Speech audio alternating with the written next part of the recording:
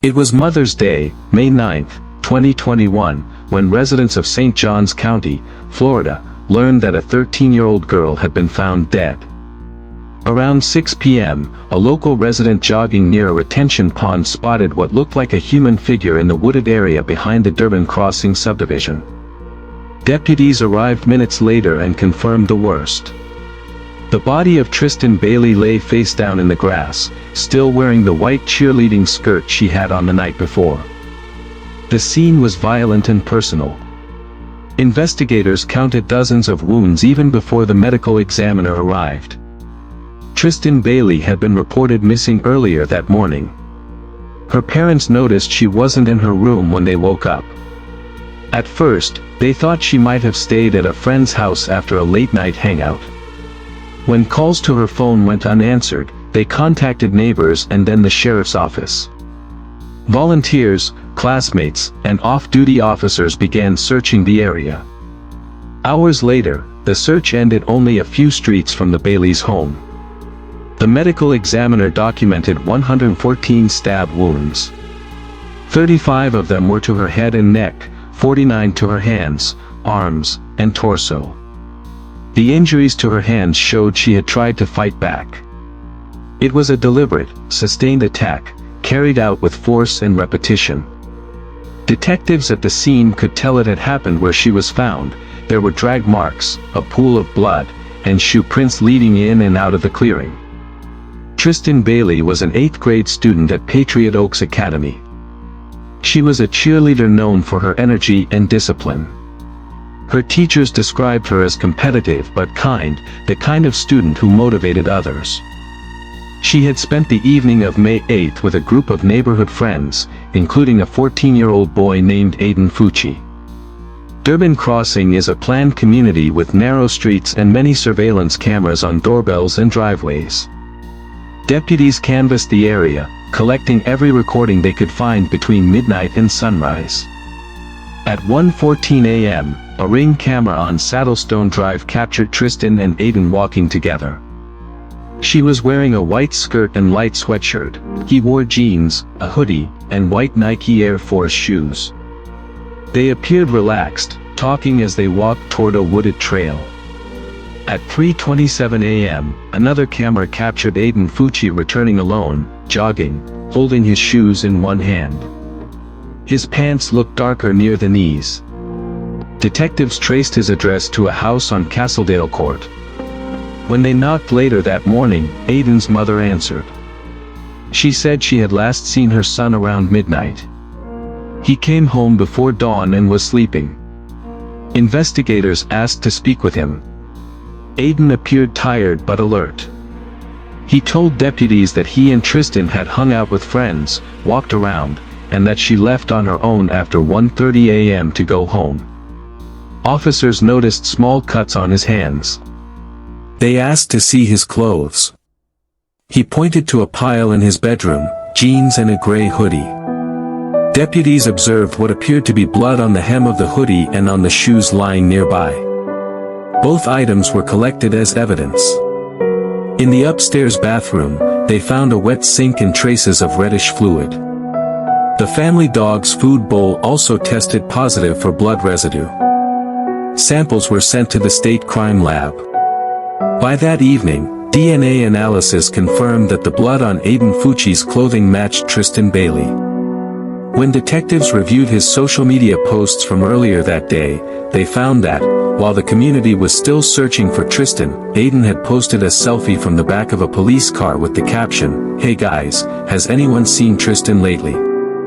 The photo, taken while he was being questioned, spread rapidly online. Interrogation footage later released showed Aiden alternating between calm and nervous laughter. He claimed he and Tristyn got into an argument but insisted he left her alive.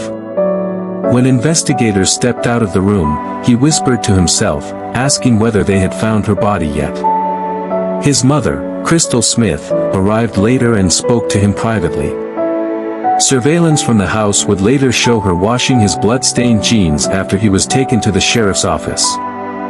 On May 10, 2021, Aiden Fucci was arrested on suspicion of second-degree murder.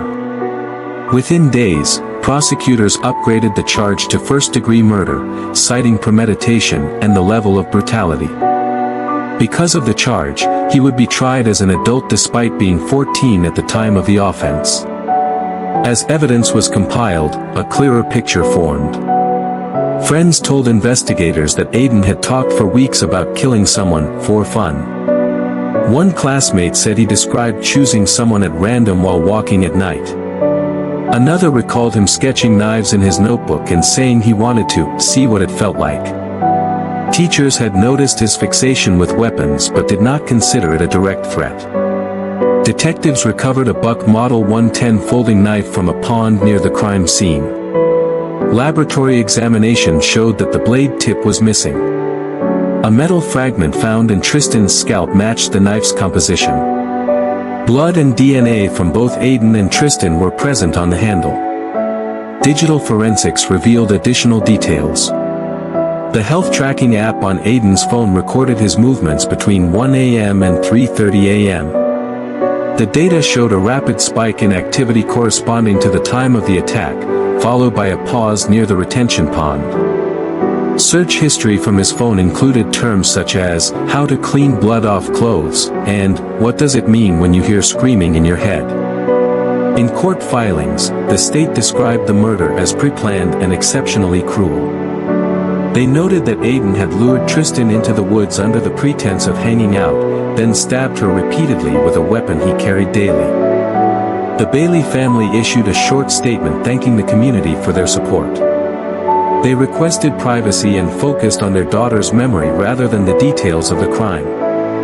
Community members placed teal ribbons on mailboxes, the color of Tristyn's cheer team, and lit candles at the neighborhood clubhouse each night until her funeral. While awaiting trial, Aiden was housed at the Duval County Jail. Records described occasional outbursts and disciplinary issues but no major incidents. Mental health evaluators noted traits of impulsivity and aggression, but prosecutors maintained he was fully aware of his actions. Florida law required a special hearing to consider youth sentencing options, but the nature of the crime made a life term likely. The case moved slowly through the courts amid public attention. Each new document released drew widespread media coverage. When the interrogation footage became public, many were struck by the contrast between Aiden's age and the coldness of his demeanor. To investigators, it underscored their assessment of premeditation. In February 2023, nearly 2 years after the killing, Aiden Fucci appeared before Judge R. Lee Smith and entered a guilty plea to first-degree murder. The plea was unexpected. It came on the morning jury selection was to begin. Prosecutors accepted it without a deal. The guilty plea meant the trial would skip directly to sentencing. During the sentencing phase, the court heard extensive testimony. Detectives described the investigation in detail. Forensic analysts explained how they matched DNA, shoe prints, and timestamps to build a minute-by-minute reconstruction. The medical examiner testified that the pattern of wounds indicated a sustained, deliberate attack. Members of the Bailey family delivered victim impact statements.